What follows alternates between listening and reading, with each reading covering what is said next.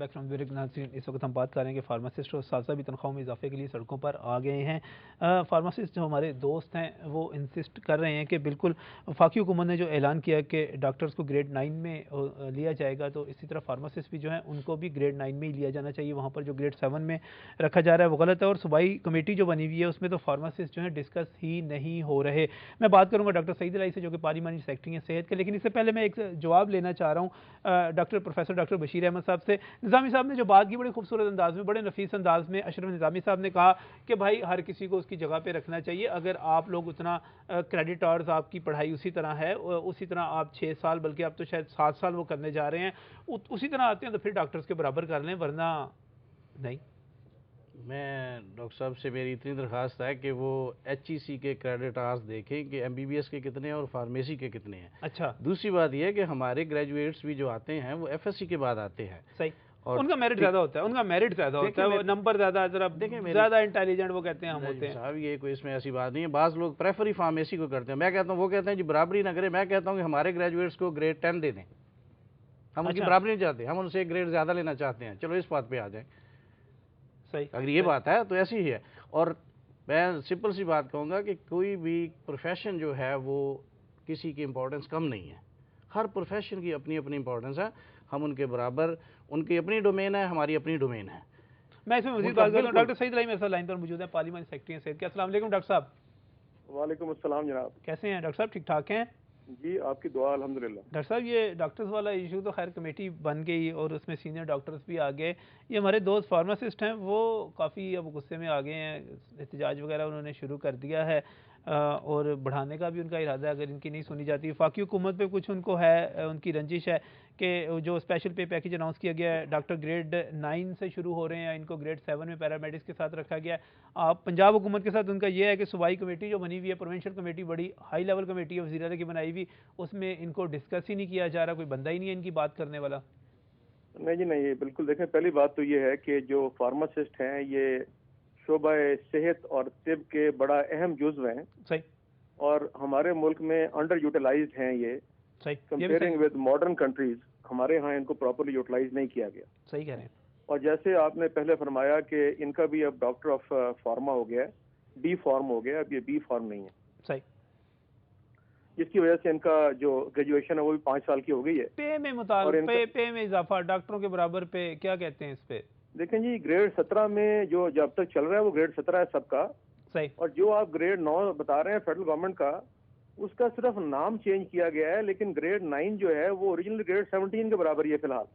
अच्छा। अभी तक उसमें कोई फाइनलाइज नहीं हुआ। ग्रेड 18 के नहीं, ग्रेड 18 के बराबर नहीं है, दोस्त बता रहे थे ग्रेड 18 के बराबर है ग्रेड 9 जो है। नहीं जी, अभी तक 17 के बराबर ही है। अच्छा। और उसकी तनख्वाह का भी तयन नहीं किया गया। वो अच्छा। एक रिकमेंडेशन है जो 2 साल पहले पंजाब हुकूमत ने की थी कि डॉक्टर्स को और प्रोफेशनल्स को आम ग्रेड से निकाल के इनके स्पेशल सैलरी पैकेज बना दिए जाएं। सही।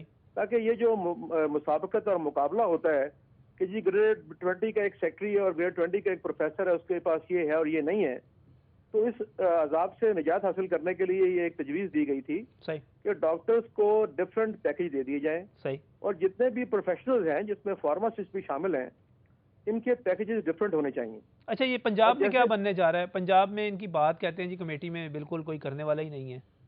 नहीं, उसमें देखें, ये जो एक कमेटी की बात हो रही है, ये तो एक खास सूरत हाल के नतीजे में कमेटी तश्कील दी गई थी और वो अपना काम कर रही है। लेकिन पंजाब हुकूमत, अभी हमने उसमें ये चीफ मिनिस्टर को एक समरी भेजी है कि एक पे कमीशन तश्कील दे दिया जाए जी, जिसमें जो लोग भी अपनी तनख्वाह बढ़ाना चाहते हैं वो अपनी वजूहात और सबूत समेत वहाँ पेश हों और वहाँ पर अपने केस को एस्टेब्लिश करें। अच्छा। और जो पे कमीशन है वो फैसला करे कि कौन से लोग टेक्निकल हैं, क्या काम करते हैं, उनकी तनख्वाह क्या होनी चाहिए।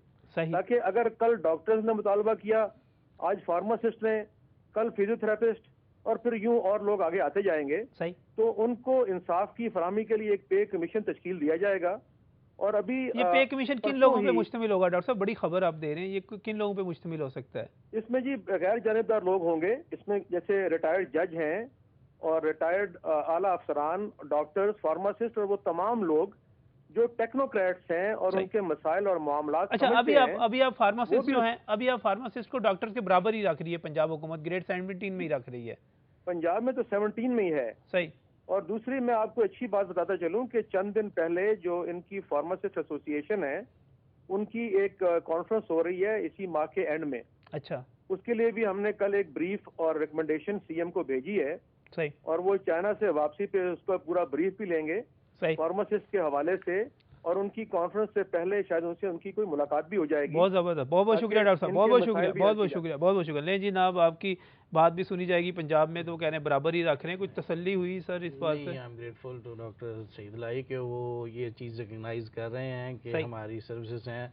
और सेकेंडली मेरा पॉइंट ऑफ व्यू है कि जब दोनों प्रोफेशनल्स, हम भी प्रोफेशनल्स हैं, 50% पास परसेंटेज है हमारे थ्योरी में, प्रैक्टिकल में, और जब दोनों कमीशन बनेगा उधर साबित कीजिएगा डॉक्टर साहब जाके सारे का सारा। जब दोनों पहले ग्रेड 17 में हैं तो एक को आगे ले जाना और दूसरे को वो कह रहे हैं वफाकी हुकूमत भी बराबर है, वो अब उस बात को खुद अब तस्दीक कीजिएगा, जानिएगा। ऐसी बात है तो अलग साहब का एहतजाज आपका क्या है? प्रेस क्लब के सामने कैंप वगैरह लगाने का भी ऐलान है जी आपका? कल हमारा अलामती हंगर स्ट्राइक होगी।